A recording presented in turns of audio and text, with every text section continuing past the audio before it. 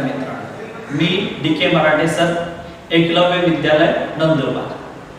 आज तुमचं पश्चिम खानदेश भिल्ल सेवा मंडळ आयोजित नटावकर ई क्लासेस मध्ये सुस्वागत. आज आपला विषय आहे गणित. इयत्ता 10वीच्या पार्ट 1 मध्ये पहिलं प्रकरण आपण अभ्यासणार आहोत, linear equations in two variables. इयत्ता 9वीला आपण हे चॅप्टर अभ्यासलेलं आहे, त्याची रिव्हिजन पण केलेली आहे, त्याचे एक्झाम्पल पण सॉल्व केले. तर पहिला जो टॉपिक आहे तो रिव्हिजनचा टॉपिक आहे. पण बघा, linear equations in two variables याची डेफिनेशन थोडक्यात सांगतो. an equation which contain two variables. याच्यातला टू व्हेरिएबल हा जो शब्द आहे तो याच्यात आला.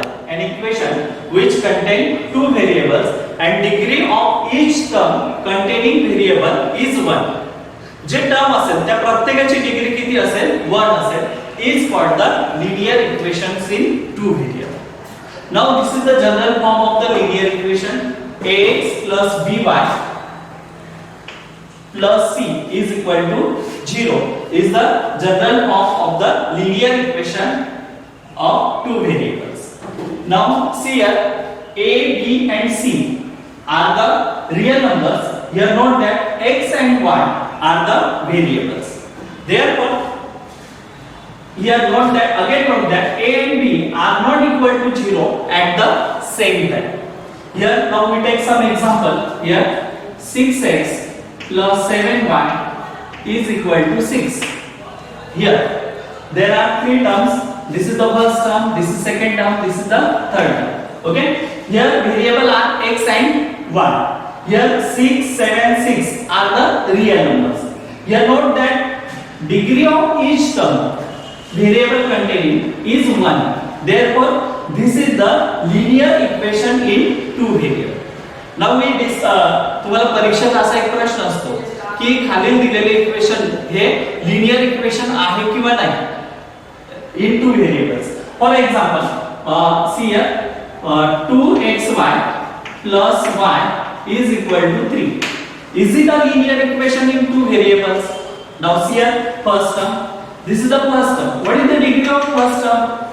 Here note that degree of first term is 2 because x is variable and y is also variable. Therefore degree of this first term is 2. Therefore this condition is not satisfied of the linear equations in two variables. Therefore this equation is not a linear equation in two variables. Now similarly x is equal to 7. This is an equation. Okay, here not containing two variables, but we know that in this way x plus 0y is equal to 7. Therefore this is a linear equation in two variables. म्हणजे आता इथे जरी एकच चलपद दिसत असेल आपल्याला, परंतु एकाच वेळी दोघी शून्य असता कामा नये. जे कोएफिशिएंट आहे a आणि b एकाच वेळी 0 असता कामा नये. इथं x चा कोएफिशिएंट काय 1, y चा कोएफिशिएंट काय 0. म्हणून हे काय linear equation in two variable आपल्याला ह्या फॉर्म मध्ये लिहिता येईल. समजा असं जर इक्वेशन असेल 2/x plus 5/y is equal to 1. Is it a linear equation? तुम्ही जर याचा विचार केला की हे लिनियर इक्वेशन आहे का, परीक्षेत 1 मार्कासाठी असा प्रश्न तुम्हाला येऊ शकतो. म्हणून आता तुम्ही जर याचं सिम्प्लिफिकेशन केलं आणि कोणत्या स्टँडर्ड फॉर्म मध्ये जनरल फॉर्म मध्ये जर याला लिहिण्याचा प्रयत्न केला, त्याला सिम्प्लिफाय करा. That is 2y cross multiplication करा plus 5x divided by xy is equal to 1. That is this equation becomes 5x plus 2y is equal to xy. Now here note that degree of each term is not a 1 because degree of this term xy is 2. Therefore this is not a linear equation in two variable. जर अशा प्रकारचा एखादा मार्गाचा प्रश्न आला तर तुम्हाला योग्य पद्धतीने तो प्रश्न सोडवता आला पाहिजे.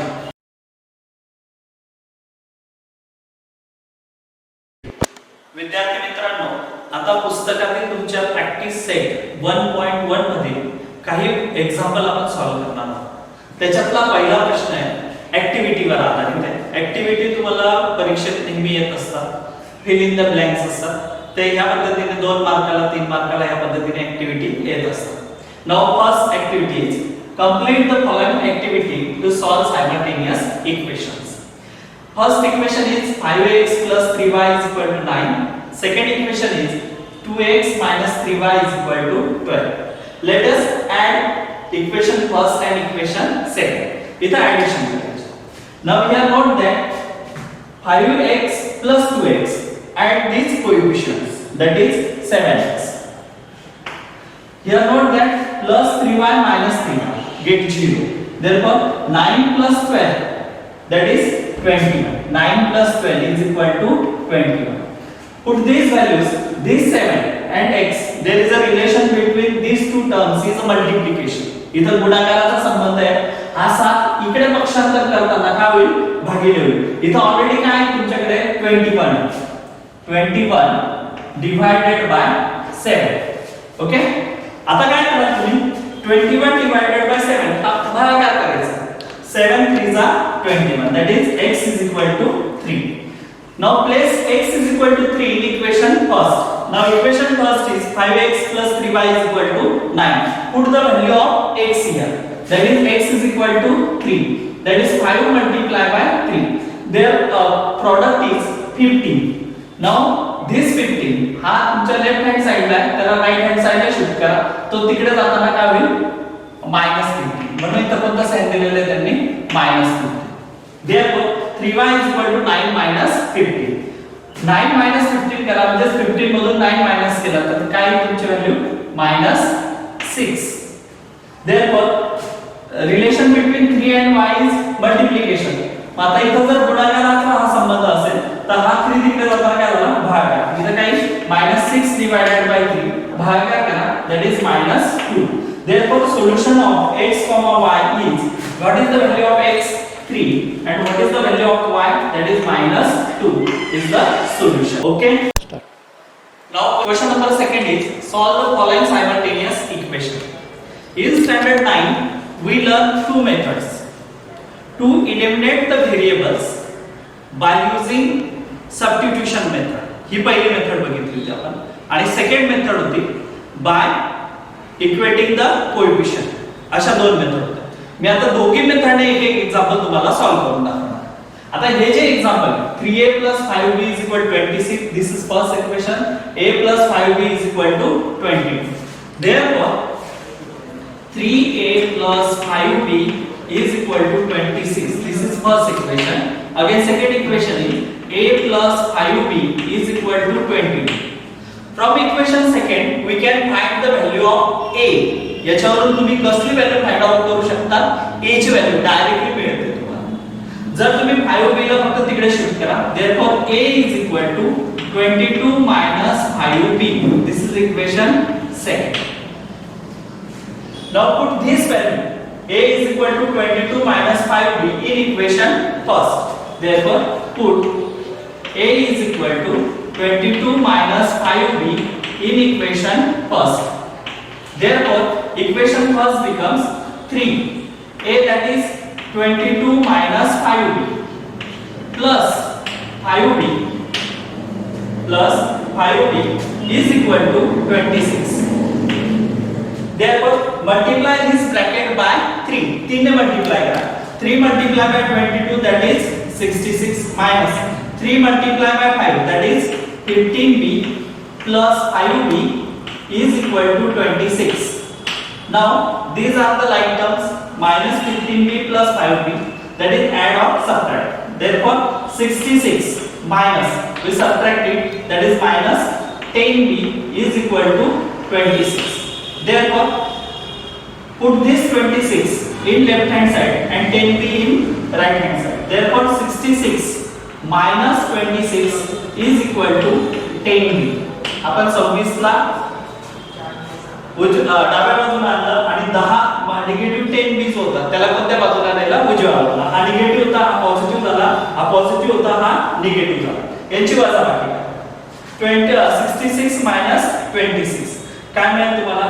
6 minus 6 0, that is 40. Therefore 40 is equal to 10b. Therefore b is equal to 40 divided by 10. Therefore b is equal to 4. In this equation b is equal to 4. Therefore put this value 4 in equation second. Put b is equal to 4 in equation second. Therefore equation second is a is equal to 22 minus 5b. Therefore a is equal to 22 minus 5 multiplied by b, that is 4. आता इथे काय करणार यांचा product आहे, गुणाकार करा. Therefore 22 minus 5 4 20. Therefore a is equal to 2. आपल्याला a आणि b दोघांची व्हॅल्यू मिळाली. Therefore a is equal to 2 and b is equal to 4 is the solution. Is the solution of given equations. Okay. पुढचा प्रश्न बघतोय आपण. Example number 4. आपण पहिलं जे गणित सोडवलं त्याला कोणती मेथड यूज केली होती? Substitution method. म्हणजे एका व्हेरिएबलची किंमत काढली एका इक्वेशन वरून आणि ती किंमत दुसऱ्या इक्वेशन मध्ये टाकली. आता इथे काय करायचंय आपल्याला की यांचे जे व्हेरिएबल कोएफिशियंट्स आहेत, m चा कोएफिशियंट पहिल्या याच्यात 5 आहे आणि दुसऱ्या याच्यात किती आहे? 1. हे दोघं सारखे करता येतील का? किंवा n चे कोएफिशियंट ते सारखे करता येतील का? किंवा सारखे आहेत का? हे ऑब्झर्वेशन करायचं सुरुवातीला. तर आपल्याला सोपं काय होतंय, समजा आपण इक्वेशन 2 ला 5 ने मल्टिप्लाय केलं तर n चा कोएफिशियंट किती होणार आहे तुमचा? 5 होणार. म्हणून मी काय करतो, इक्वेशन सेकंड ला कशाने मल्टिप्लाय करतो? 5 ने मल्टिप्लाय करतो. Therefore multiplying equation second by 5. Therefore equation second becomes, आता equation second काय होईल बघा, 5m minus याला सुद्धा 5 ने मल्टिप्लाय करा, that is 30n is equal to, याला पण 5 ने मल्टिप्लाय करा, a product is minus 7 5 35. Now this is equation third. Now see equation first and third. Coefficient of m are equal. हे दोघं कोएफिशियंट इक्वल झालेले. जर या दोघांना सेम साइन असेल तर काय करायची? वजाबाकी करायची. दोघांना अपोजिट साइन असतील, इक्वेशन कोएफिशियंट जर इक्वल असतील आणि अपोजिट साइन असेल तर ऍडिशन करायची. पण इथं साइन कसे आहेत? दोघांना इक्वल आहे म्हणून इथं तुम्ही काय करणार? वजाबाकी. मी तर करतो subtract equation 3 from equation first. Therefore equation first is 5m minus 3n is equal to 9 and equation 3 is 5m minus 30n is equal to minus 35. ज्यावेळी आपण सबट्रॅक्शन करतो त्यावेळी जे इक्वेशन सबट्रॅक्ट करायचं आहे त्याच्या प्रत्येक टर्मचं साइन तुम्हाला चेंज करायचं. जो पॉझिटिव्ह असेल त्याला निगेटिव्ह द्या, निगेटिव्ह असेल त्याला पॉझिटिव्ह करा. या पद्धतीने 5m ला कोणतं साइन आहे? पॉझिटिव्ह, तर याला कोणतं साइन मिळेल तुम्हाला? निगेटिव्ह. हा निगेटिव्ह आहे तर याला काय करणार तुम्ही? पॉझिटिव्ह. हा निगेटिव्ह आहे याला काय करणार तुम्ही? पॉझिटिव्ह. मग आता कॅल्क्युलेशन करा. Plus 5m minus 5m that is 0. 30n minus 3n हा पॉझिटिव्ह आहे आणि हा निगेटिव्ह आहे. वजाबाकी करा, that is 27n is equal to, now both are positive, add it. 9 plus 5 14, carry 1, 4 plus 1 5. Therefore 27n is equal to 54. Find the value of n. N is equal to 54 divided by 27. Therefore their quotient is 27 to the 54. Therefore n is equal to 2. N is equal to 2. This is the value of n. Now find the value of m. m ची value find out करायची. तुमच्याकडे तीन equation, तिघांपैकी कोणत्या equation मध्ये आपण n ची value put केली तर सोयीस्कर ठरेल ते आपण ठरवायचं. म्हणून इथं जर आपण तिघांचं ऑब्झर्वेशन केलं तर इक्वेशन सेकंड मध्ये आपण n ची व्हॅल्यू जर पुट केली तर आपल्याला सोयीचं ठरेल. म्हणून मी काय करतो, put this value in equation second. Put n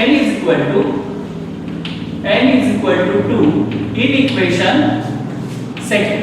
Therefore equation second becomes m minus 6n is equal to negative 7.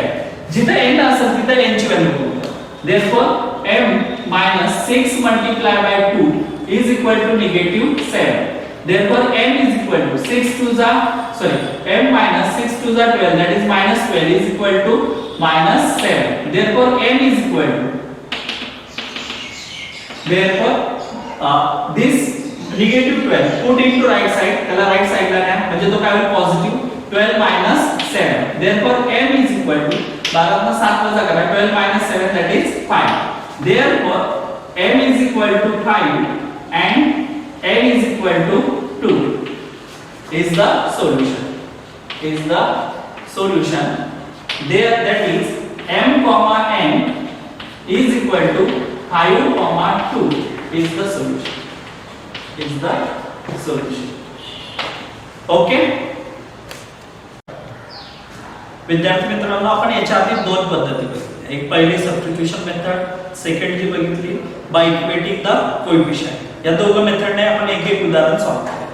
आता हे जर एक्झाम्पल बघितलं, क्वेश्चन सेकंड मधलं 8वं उदाहरण, 7वं उदाहरण, हे दोन एका प्रकारचे उदाहरण आहेत. आता याच्यात तुम्ही ऑब्झर्वेशन जर केलं तर बघा, first equation is 49x 57y, second मध्ये 57x 49y. ऑब्झर्वेशन करा, काय दिसतंय तुम्हाला? यांचे जे कोएफिशिएंट आहेत फक्त काय झालेले आहेत, इंटरचेंज. काय झालेले इंटरचेंज. जर असे उदाहरण जर आले परीक्षेला तर याची एक मेथड असते, निश्चित अशी मेथड आहे. तुम्ही इक्वेटिंग कोएफिशिएंट पण करू नका किंवा सबस्टिट्यूशन पण करू नका, तर हीच मेथड वापरा. एक वेळा या दोघा इक्वेशनची ऍडिशन करा, एक वेळा या दोघा इक्वेशनचे सबट्रॅक्शन करा, तुम्हाला दोन इक्वेशन मिळतील आणि ते दोघे इक्वेशन सॉल्व्ह केले तर तुम्हाला x आणि y च्या व्हॅल्यू मिळतील. आता सुरुवातीला काय करू आपण, adding equation first and equation second. Adding equation first and equation second. दोघे इक्वेशनची ऍडिशन करू. That is 49x 57y is equal to 172 and second is 57x 49y is equal to 252. Addition करायचं आहे, साइन वगैरे चेंज करायचे नाही. ज्यावेळेस subtraction करायचं असेल त्यावेळेस सेकंड इक्वेशनचे साइन चेंज करतो आपण. इथं ऍडिशन करा बघा, x 9 plus 7 that is 16 carry 1 106x minus 106y is equal to 2 plus 2 that is 4 7 plus 5 that is 12 420. Now divide this equation by 106. या तिघांना भागात 106 106 आणि याला पण 106 ला 424 ला 106 ने डिवाइड करा, म्हणजे तुम्हाला मिळेल equation x minus y is equal, तुम्ही याला जर डिवाइड केलं तर 4 चा 4 ने भाग होतो is equal to 4. This is equation number 3. ज्याप्रमाणे तुम्ही याची एक वेळा ऍडिशन केली त्यावेळी याची एक वेळा subtraction.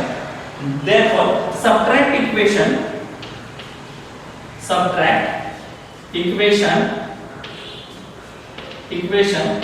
first from second. First from equation second. Now first write the equation second, that is 57x minus 49y is equal to 250. Subtract, that is 49x minus 57y is equal to 170. Subtraction करतोय, minus sign द्या. Second इक्वेशनचे प्रत्येक टर्मचे sign change करा. जर positive असेल तर याला निगेटिव्ह द्या, हा निगेटिव्ह असेल तर पॉझिटिव्ह करा, हा पॉझिटिव्ह आहे तर याला कोणतं साइन द्या, निगेटिव्ह. मग आता वजाबाकी 57 minus 49 काय होतील बरं, 8x. Okay, similarly this is value of 8x here minus plus, this is minus 49, this is plus 57. Therefore answer is positive, that is 8y is equal to 252 minus 172 0 8. Therefore 8x plus 8y is equal to 80. Divide this equation by 8. Therefore x plus y is equal to 10. This is equation number 4. Now observe equation third and fourth. आता याच्यावरून तुम्हाला x किंवा y ची value काढायची. आता आपण जर आधीचे एक्झाम्पल जर बघितले, मेथड जर बघितल्या तर दोघांचे काय सारखे आहेत, कोएफिशिएंट सारखे. दो एक y चे जे कोएफिशिएंट आहे एक पॉझिटिव्ह एक निगेटिव्ह तर दोघांची काय करू आपण ऍडिशन करू adding equation 3 and 4 adding equation 3 and 4 therefore equation 3 is x minus y is equal to 4 equation 4 is x plus y is equal to 10 therefore 2x is equal to 14 therefore x is equal to 14 divided by 2 therefore x is equal to 7 put this value in equation any one equation that is we put in equation 4 therefore put x is equal to 7 in equation 4 therefore x plus y that is 7 plus y is equal to 10 therefore y is equal to 10 minus 7 therefore y is equal to 3 therefore x is equal to 7 and y is equal to 3 is the solution